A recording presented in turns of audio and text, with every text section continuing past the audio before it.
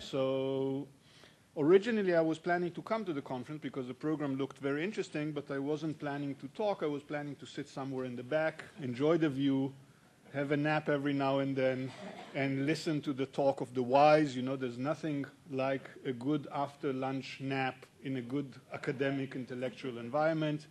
You are all welcome to try it. Some of you probably will. And then when Yossi contacted me and said he needs a last-minute substitute for my friend Tommy Herzig, I was immediately reminded of all these Hollywood films where, you know, some obscure actor gets the chance of a lifetime when some major participant gets sick and you need a last-minute replacement, and you say, what about this guy who's been hanging around and pestering us for a job for years? Maybe he can substitute. And, you know, the guy gets the chance of his lifetime and the rest is history. So I thought, you know, this might be my chance for a major breakthrough, and the only problem was that I had absolutely no idea what I would be talking about because I didn't prepare a paper for this conference. And it was more complicated than that because Yossi needed a substitute for a specific slot, something having to do with demons. And then I remembered that I had written an entry for something called the Encyclopedia of the Bible and its Reception. I don't know if you know it. This is a sort of supposed to be a major encyclopedia when it will be done. So far, I think they published 2 volumes, more or less A and AB or something like that. And they will slowly inch their way to Z. And when they get to D, they should have an entry there that I wrote for them on demons and demonology in the Jewish world, because they have several entries on demons and demonology in the Christian world, in Islam, in the Greco-Roman world, etc. And I wrote the entry on demons and demonology in the Jewish world. And what I thought I will do is this is something I've never read in any conference, and this is actually what you're going to hear now. This means that on the one hand, this will be this was written for a wider audience and for people with less knowledge than most of the people here. So I assume that most of it will be old news to most of the people here. On the other hand, even when I wrote this entry, I didn't have any model. I don't think anyone ever tried to do a history of Jewish demons and Jewish demonology, me'atanach ad palmach, you know, from Plato to NATO. And this was my attempt to do this, and also to sort of liven it up a little bit, I added a few nice pictures. So I hope at least if the text is too boring, at least the pictures should be interesting. So this is also why this is organized very chronologically from antiquity in 4 sections from antiquity to today. So I start with the Second Temple and Hellenistic Judaism. The belief in the existence and the powers of demons and the proliferation of methods for their expulsion or subjugation were a common feature of Jewish culture, at least from the Second Temple period. Evidence of such beliefs and practices is found in many literary texts of the Second Temple period and in a handful of exorcistic texts whose fragments have been found in Qumran or which are cited in contemporaneous literary texts. All these sources have much to say about the demon's origins and activities and about the texts and practices used to fight them. If, as most ancient Jews readily assumed, the world was full of demons, then the question must be asked how they came into being, especially as their creation is not described in the cosmogonic accounts at the beginning of the book of Genesis. To this question, Second Temple period Jews gave several different answers. Perhaps the most common explanation was that the demons are the offspring of the miscegenation of the sons of God with the daughters of men, as described in Genesis 6:1-4. Moreover, whereas the biblical account is both terse and quite obscure, in Second Temple period literature, the story of the fallen angels was greatly developed, with detailed descriptions of how and why the angels cohabited with human females, of all the horrible things they taught them, and of the hybrid demons and monsters to whom they gave birth. This story was widely known in the Second Temple period and is reflected, for example, in the appellation mamzerim, which in later Hebrew becomes bastard, the word for bastard. So the appellation mamzerim given to some of the demons, both in the retellings of this story and in some of the exorcistic texts from Qumran. While this etiology of the demon's origins is most widely attested, it certainly was not the only one. Thus, Josephus explains, presumably to his non-Jewish readers, the demons are, and I quote, the spirits of wicked men which enter the living and kill them unless they get some help. End quote. An explanation which is in line with some Greco-Roman beliefs about nefarious ghosts. But in an exorcistic psalm, which is embedded in the so-called Book of Biblical Antiquities, the Liber Antiquitatum Biblicarum, chapter 60, the demon is taunted that it is a secondary creation, an unintended byproduct of the 6 days of creation. And this view recurs in rabbinic literature, as we shall see below. These widely divergent accounts of the demon's ultimate origins should not be seen as conflicting or contradictory, since it is quite clear that ancient Jews believed in many different types of demons and therefore saw nothing wrong with the proliferation of different etiologies. The many different accounts of the demon's origins are not really paralleled by similar accounts of the demon's appearances or activities.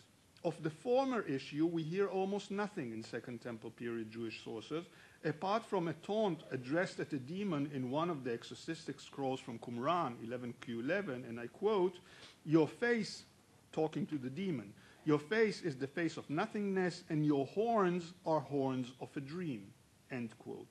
As we shall see below, the horns at the demon's heads are a common feature of the description in rabbinic literature and in rabbinic period Jewish magical texts, both of which provide far more evidence of the demon's supposed appearances. For the Second Temple period, however, this is the only information that we get about what demons really look like, their physical appearance.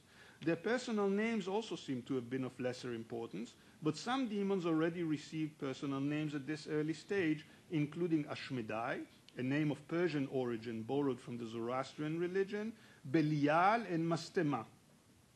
However, it must be noted that there seems to have been no attempt to attribute specific character traits to specific demons, and most demons are both anonymous and devoid of a distinct personality at this stage in Jewish demonology.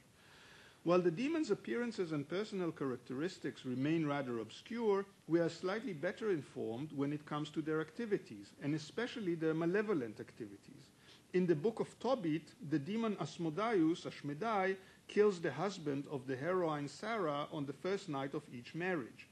In Josephus's Antiquities, we read of the evil demons who used to pester King Saul and cause him, and I quote, suffocations and strangulations, end quote, until the young David successfully exorcised them.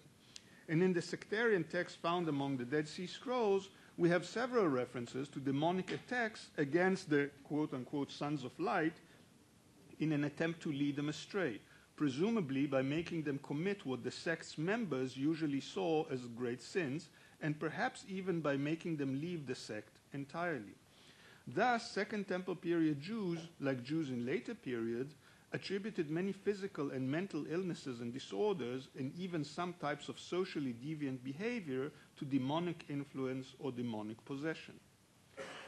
The damages brought about by the demons were a powerful catalyst for the development of anti-demonic techniques, and these included both apotropaic practices intended to keep demons away from a certain person or a certain space, and exorcistic practices intended to expel demons who already entered human victims and were harming them from within. As a rule, these means may be divided into three main categories. First, there were substances which were deemed to be exorcistic by their very nature, like the root of the ba'aras plant, whose unusual properties and anti-demonic qualities were described by Josephus at some length. And this is of course not Josephus, but this is a medieval version of this legend of the mandragoras. But this method of extracting the root, which is very dangerous, it will kill you if you extract it. So you tie a dog to it and you call the dog will run, will extract the root, the dog will die, but you will have the root. This is something that is already told by Josephus about the ba'aras root, and then Josephus goes on to say that this root is so hard to procure, yet people make the efforts because it has strong anti-demonic qualities, so it's good for exorcisms. So this is one thing. You got the lecture from that's another thing. That's, Shema Kotev. I did it from either from Ashmodeus or from Raphael, but that's another possibility. Okay, so angelic or demonic inspiration. So this is one type of thing, exorcistic substances. Second, there were people, or to be more precise, men, who, because of their proximity to God or through some other innate quality, were seen as naturally endowed with the power to exorcise demons. In this respect, the Gospel's descriptions of Jesus the exorcist and his wars with Satan provide many examples of what such exorcisms would have looked like. And this is, of course, a modern guy's impression of what Jesus would have been doing. Third, there were a whole range of exorcistic spells and hymns, often pseudepigraphically attributed to King David or to King Solomon, which sought either to keep demons away or to expel them or both. Such exorcistic texts are known to us from literary texts which allude to them, describe their use, and even cite them at some length, and from fragments of such hymns found among the Dead Sea Scrolls. The availability of several different techniques to fight demons is a reflection both of the deep-seated belief in demons in Second Temple period Jewish culture and in the benefits that could be derived from their successful expulsion. Reading Josephus's detailed description of a Jewish exorcist in action in Book 8 of his Antiquities, we note how both Elazar the exorcist and King Solomon, who supposedly composed the exorcistic hymn so effectively used by Elazar, had much to gain by way of cultural esteem and celebrity status from the successful exorcism of demoniacs.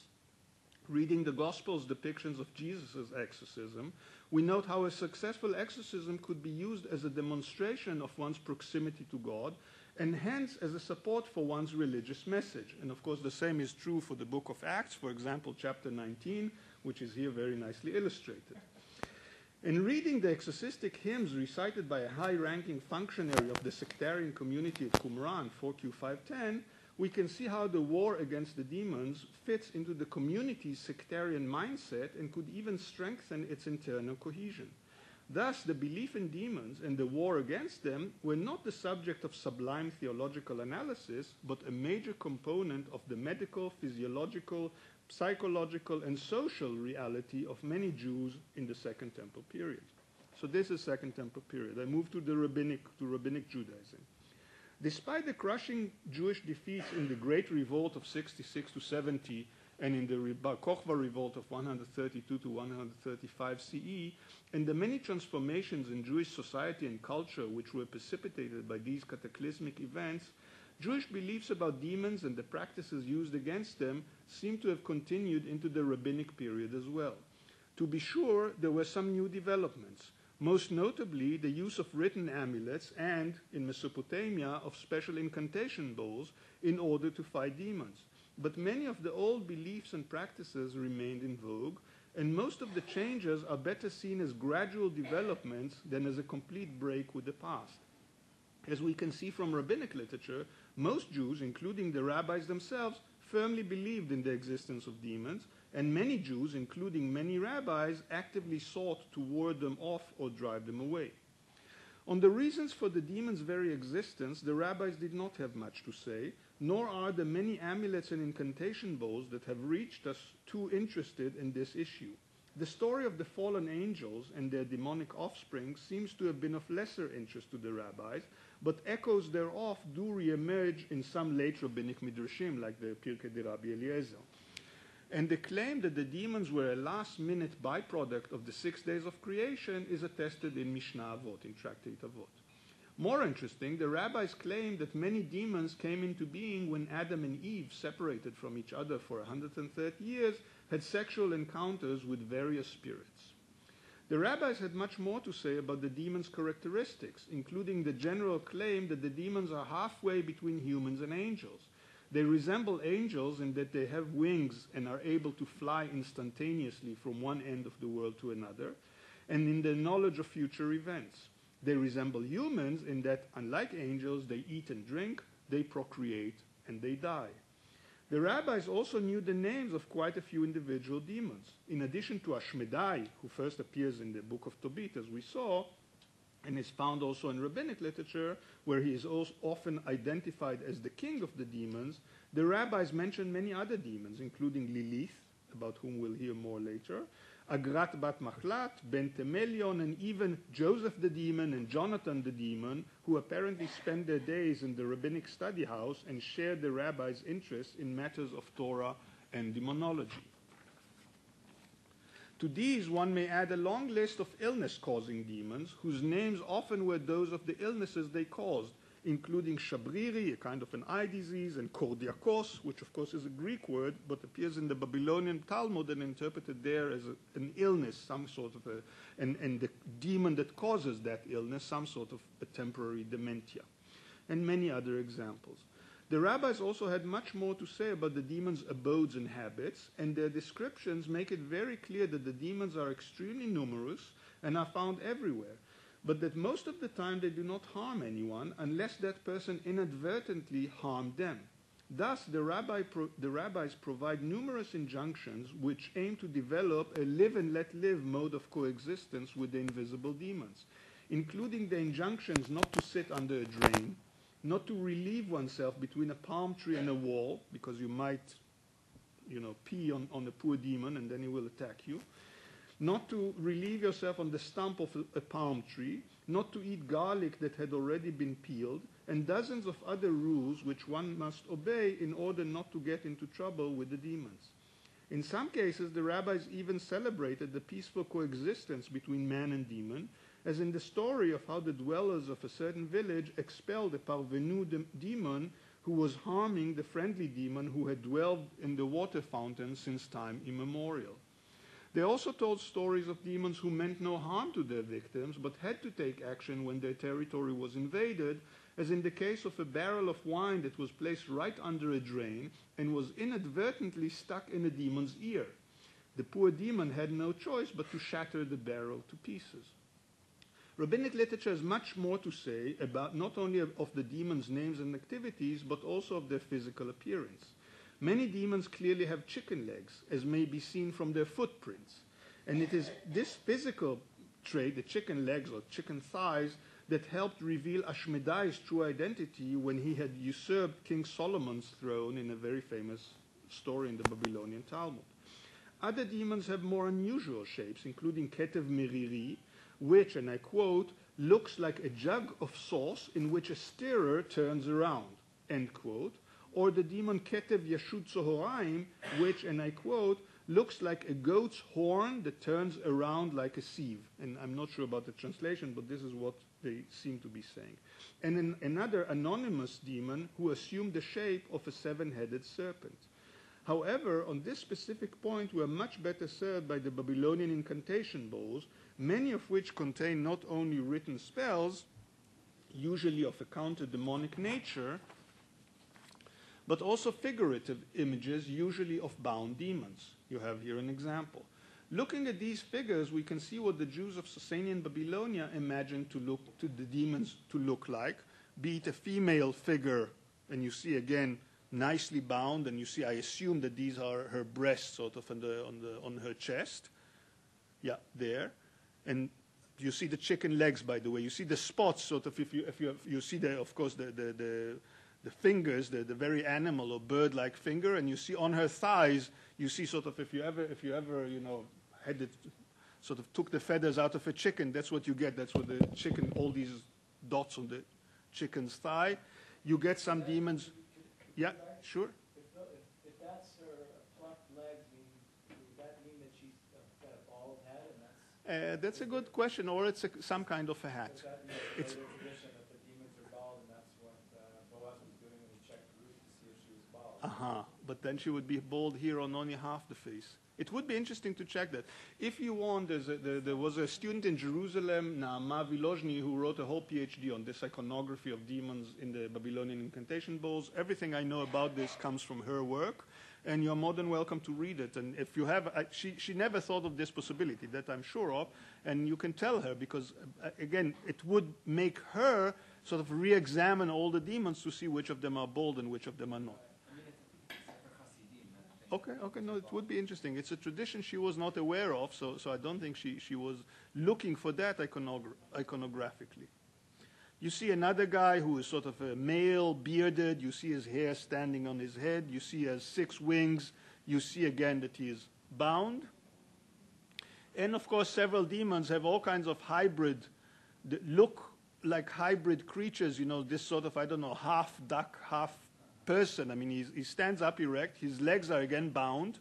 He has very funny duck legs. He has a duck face. And again, I don't know what exactly the guy who did that thought he was doing, but he was clearly giving us a pictorial representation of a demon, and you can always tell because they are bound.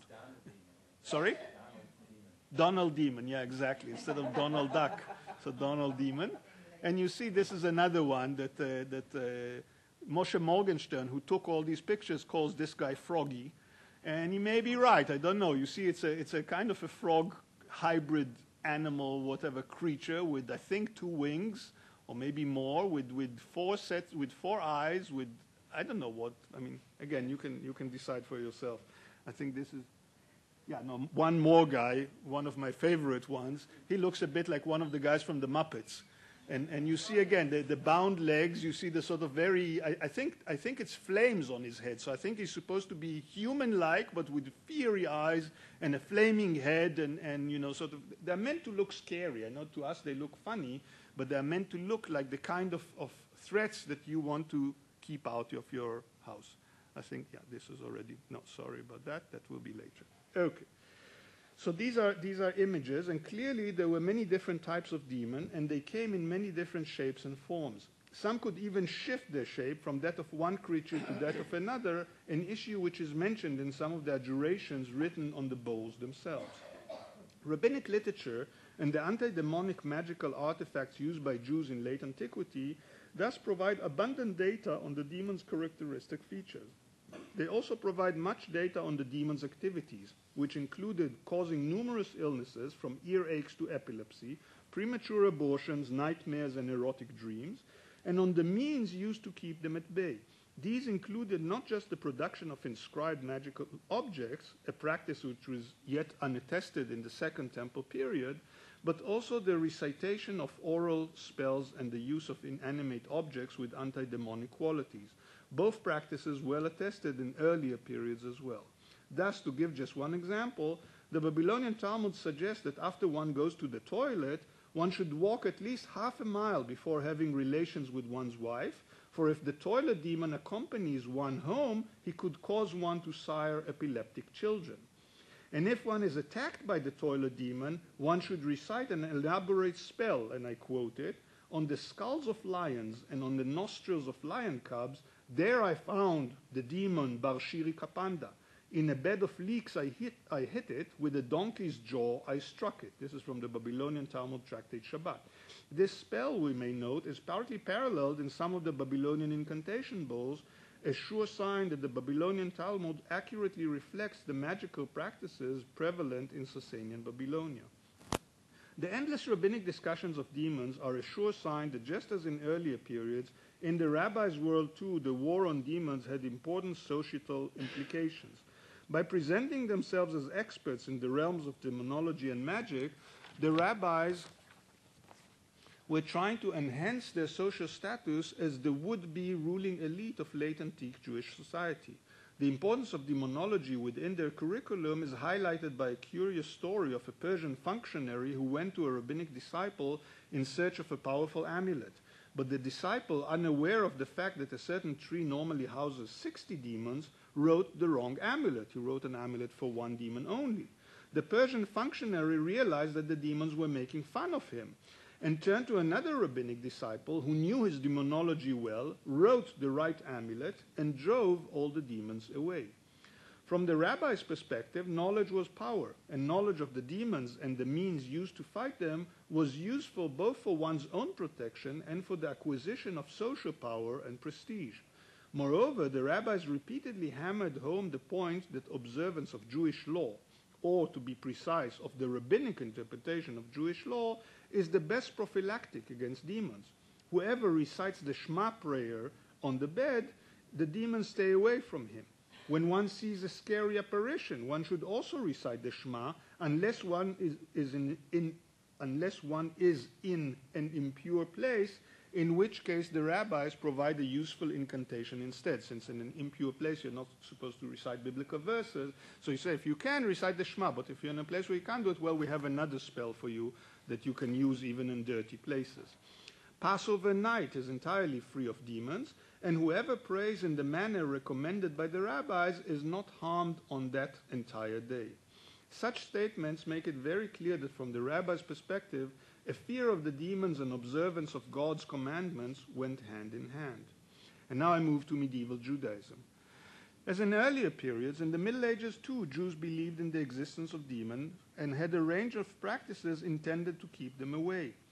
But in the Middle Ages, three new developments had an important impact on Jewish demonology. First, and perhaps least important, there arose in the Jewish community, for the first time in Jewish cultural history, a group of extreme rationalists who either denied the very existence of demons or at least sought to exorcise them out of Jewish culture. It was primarily Maimonides and his followers who sought to uproot all magical beliefs and practices from the Jewish religious system and from the Jews' daily lives, and to portray them as both halachically forbidden and scientifically erroneous. It must be noted, however, that even Maimonides vented most of his spleen on the practice of magic, divination, and astrology, and devoted no efforts to eradicating the belief in demons, apart from trying not to mention them wherever they are mentioned in rabbinic literature. Apparently, he too realized that this was a lost cause. A second and more important development was the rise of Kabbalah, a set of mystical theological theories and practices which brought about some unprecedented attempts at an elaboration and systematization of Jewish demonology. Not only are classical Kabbalistic texts like the Zohar full of numerous discussions of demons and their activities, some Kabbalistic texts, such as the treatise on the left emanation, המאמר על האצילות השמאלית, by Rabbi Yitzchak ben Yaakov HaKohen, devote much space to sorting out the different demons and their genealogical and functional interrelations. Moreover, in the Kabbalistic worldview, the demons are often seen not as potentially harmful beings who are better left alone or as malevolent creatures acting on their own accord, but as agents of the Sitra Achra, the other side, the evil kingdom, which is eternally ranged against the forces of good in a dualistic cosmological battle. Finally, a third development in Jewish demonology in the Middle Ages had to do with the growing influence of Christian demonology on the one hand and Muslim demonology on the other, on different Jewish communities. In the Christian world, this may be easily seen in Sefer Hasidim, the Book of the Pious, and in other compositions of the Ashkenazi pietists, which abound in stories of demons and display many elements of the folklore of Northern Europe in the Middle Ages, including such demons as the Striga or Striga and the Hole, so clearly German northern demons who entered sort of the Jewish demonological tradition. In the Muslim world, the Middle Ages saw not only the entry into the Jewish cultural fabric of demons whose origins lay in the Muslim world, such as Maimun, Barkan, Shamhurish, Kafkafuni, and Bilar, but also the adoption by Jews of a new magical technology developed by Arab magicians of summoning demons in order to subdue them and use them as one's servants and assistants in the pursuit of one's magic-related goals. The idea that demons could be tamed and used in such a manner was not entirely new. Witness the Talmudic story of how Solomon had subdued the demons and used them to construct the Jerusalem temple. But prior to the Jews' encounter with the Islamic magic, they seem to have had no specialized technologies for achieving such a feat. After this encounter, however, they had at their disposal a new set of magical practices which involved the use of fumigation, sacrifices, elaborate spells, special seals, and even occasional images of the demons themselves. And here I'm showing you, for example, this is from the Cairo Geniza, a bifolium from a very long manuscript of this kind of demonic adjurations for summoning demons from all over the world, subjugating them, and then using them. And it's a very, very, very long text. And it also gives you the seals of the demons, and these are some of the seals. So you see, you can also see the big difference between the iconography here and the iconography of Jewish demonology, 700 years earlier in the Babylonian incantation bowls. We clearly moved to a different world. The same is true here. This is more schematic. It's also a guy who was much less competent as enjoying things. But these are also the images of, you see, Hadihi Surat, and then the image of various demons arranged according to the 7 days of the week. So these are really the images of the 7 kings of the demons from a 15th century manuscript. The prescribed rituals probably lasted for many hours, and their aim was to gather the demons to a single place and make them submit to the magician's will. This was, of course, a very different set of practices from the exorcistic spells and rituals used by Jews in earlier periods. And while these in no way vanished during the Middle Ages, their significance and actual use seem to have diminished. That is, there are far less, for example, in the Cairo Geniza, there are far less exorcisms than we would expect, partly because Jews have now adopted a different technology and a different mindset where you can befriend and subjugate the demons, and therefore you are less worried about exorcising them all the time. Moreover, while this new technology entered the Jewish world in the lands of Islam and first circulated in Arabic and Judeo-Arabic treatises, some of these texts were soon translated into Hebrew and circulated among the Jews of Christian Europe as well. The result of these two processes, the rise of Kabbalah on the one hand and the entry of Christian and Muslim demonological lore on the other, was a Jewish demonology that was more wide-ranging, complex, and disorganized than ever before. Many attempts were made to put things in order, for example, by listing the demons who are in charge of every day and every hour of the week and explaining what each demon does, by explaining why demonic magic and divination might actually work, by providing complex genealogies of the demons or detailed destructions of the different types of demons and the causes of their nefarious activities, or by listing all the different types of demoniacs and their various symptoms.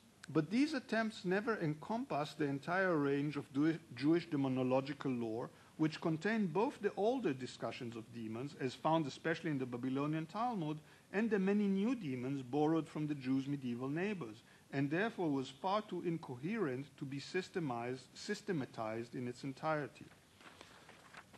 Just like the rabbis of the Talmud, medieval rabbis went on providing many useful injunctions on how to avoid being damaged by demons. For example, when building a new house, one should first make sure that the place was not haunted by demons. One should leave small holes in the windows for the demons to depart from. And one should not be the first to live in a newly built house, which is why people often were paid to live in a newly built house until it was deemed safe from demonic aggressions. And just like the rabbis of the Talmud, medieval rabbis went on insisting that observing the commandments was an excellent way of protecting oneself against demons, and stressed, for example, the anti-demonic qualities of the mezuzah, and the thing you hang on your doorpost, and the demon-proof periods provided by the Jewish holidays. Moreover, as in earlier periods, medieval Jews made use of a long range of amulets, amuletic substances, and apotropaic practices, as may be seen, for example, in the numerous magical practices used to protect a parturient woman and her baby, including the recital of special adjurations and magic words, the writing of amulets, and the writing of amulets, often with the three angels, Soni, Sansoni, and Samangaluf, whose image is famously reproduced in Sefer Aziel. The use of Torah scrolls and other sacred objects that would ward off the demons, and the use of iron bars, knives, and other apotropaic objects which were thought to scare demons away. In all these respects, medieval Jewish demonology continued in the track set out by older rabbinic literature. But medieval Jews also told hitherto unprecedented stories of ordinary Jews who married demons and remained married to them for many years, even fathering some children on the way. And the most famous example is the famous story in Maseh Yerushalmi. They also discussed the death of demons and explained, for example, that Ashmedai, the king of the demons, who is mentioned in the Babylonian Talmud, ruled for many years, but then he died. And his son Hind was king until he too died, and now the demons are ruled by Hind's own son, Bilad. I move from medieval to modern Judaism. Ever since the Enlightenment, demons have been seen in Western culture as non-existing entities, and beliefs in demons and practices connected with them were generally seen as silly superstition and as survivals from the Middle Ages. This new attitude had a great impact on the Jews of Western and Central Europe, most of whom no longer took the Talmudic or Kabbalistic traditions about demons at face value, and some of whom, for example, Yitzhak Erter, spent much ink mocking such beliefs and practices. But other Jews in the Hasidic courts of Eastern Europe, in the Sephardic communities in the Balkan, or in the lands of Islam, saw nothing wrong with the traditional Jewish belief in demons, and even in the practices of demonic adjurations and demonic exorcism. Hence, the popularity of manuscripts and printed books of so-called practical Kabbalah, including numerous demonic adjurations and exorcisms, or the popularity of the much-debated ritual of indulco, intended to pacify, to sweeten the demons and enable a peaceful human-demonic coexistence. Moreover, from the 16th century on, there was a growing emphasis in Kabbalistically minded Jewish circles on the phenomena of Gilgul, the transmigration of souls, and Dibuk, the entry of the ghost of a departed person into a living one, and many new practices were developed to expel such Dibuks from their helpless victims. Thus, while Ansky used the ethnographic observation of such phenomena as the basis for a theatrical play which became a centerpiece of modern, secular, national Jewish culture, the Dibuk, other Jews went on performing Dibuk-style exorcisms and taking demons very seriously, and some still do so till this very day. Thank you very much.